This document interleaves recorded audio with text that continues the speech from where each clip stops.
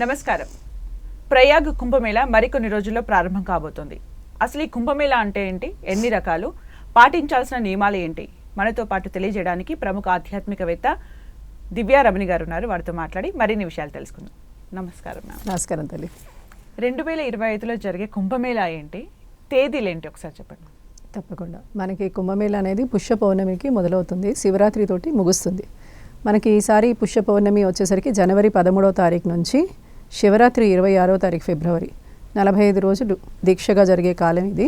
ఈ 45 రోజుల కాలంలో మనకి కొన్ని రోజులు చాలా ప్రత్యేకమైనవి. ఆ ప్రత్యేకమైన రోజుల్లో శాయి స్నానం అంటే పవిత్ర స్నానాలు అని చెప్పి జరుగుతాయి అన్నమాట. ఈ 6 రోజులు పవిత్ర స్నానాల కింద తీసుకుంటారు. కాబట్టి 40 కోట్ల మంది వరకు జనాభా ఎక్స్పెక్టెడ్ ఫ్రమ్ 123 కంట్రీస్ అన్నట్టుగా మనకి అక్కడ డిప్యూటీ సీఎం మనకి డిక్లేర్ చేయడం జరిగింది. కాబట్టి ఇంతమంది వస్తే దానికి కావాల్సిన వ్యవస్థ కూడా ఎంత పెద్దగా ఉండాలి. సో అలా గవర్నమెంట్ కూడా దానికి కావాల్సిన నిర్ణయాలు తీసుకుని అన్నీ చేస్తున్నట్టు. అయితే మనకి 12 రోజులు జరిగే పుష్కరాలే తెలుసు కదా. మనకి పుష్కరం అంటే 12 రోజులు జరుగుతుంది. 12 రోజులు కాస్త ఇక్కడ 45 రోజులు జరగాలంటే ఎంతమంది వస్తే భక్తులకి ఎంత విడిది, ఎంత తిండి, అన్నీ ఉండడానికి, వాళ్ళకి స్నానాలకి, బాత్రూంలకి ఇలాంటి వ్యవస్థ అంతా ఏర్పాటు చేసినట్టు గవర్నమెంట్ నిర్ణయం చెప్తోంది. అలాగే వాటికి సంబంధించినవన్నీ కూడా VIP lodges, VIP cottages, VIP bathrooms, general పీపుల్కి కొన్ని బాత్రూమ్స్ ఇట్లా అని చెప్పి 1,60,000 కాటేజెస్ తయారు చేశారు. మామూలుగా 1-2 కాదు, 1,60,000 అంటే చాలా హ్యూజ్. ఎక్కడి నుంచి ఎంతమంది వస్తారు, అలాగా అంతమందిని ఇక్కడ ఆహ్వానం చేస్తున్నాము మన దగ్గర అని అంటే కనుక హై సెక్యూరిటీ అలర్ట్ని కూడా ప్రకటించారు.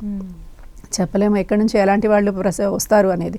అందుకని చాలా ముందు నుంచే కొన్ని కిలోమీటర్స్ నుంచే కనుక ఈ వీళ్ళందరికీ పాదయాత్రనే వెళ్ళవలసి వస్తుంది. కాబట్టి లగేజ్ కూడా చాలా తక్కువగా తీసుకెళ్తే, మనం బ్యాగ్ మోసుకెళ్ళగలిగేటట్టు ఉంటే మన లగేజ్ ఎక్కడ పెట్టలేము.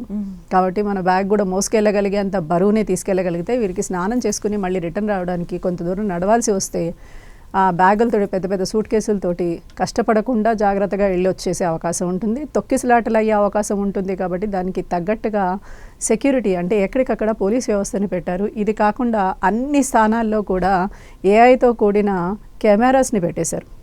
ఏఐతో కూడిన కెమెరాస్ వచ్చేసరికి ఏంటంటే 150 కిలోమీటర్స్ లోపలికి కూడా, మీటర్స్ లోపలికి, నీళ్ళ లోపల కెమెరాస్ పెట్టి ఎవరైనా మునిగిపోతున్నారు అని అనిపిస్తే కనుక వెంటనే రక్షించే విధంగా ఇలా ఏర్పాటు చేశారు. ఇవి కాకుండా వంతెనలు చాలా నిర్మాణం చేయడం జరిగింది. 60 వంతెనల వరకు నిర్మాణం చేశారు.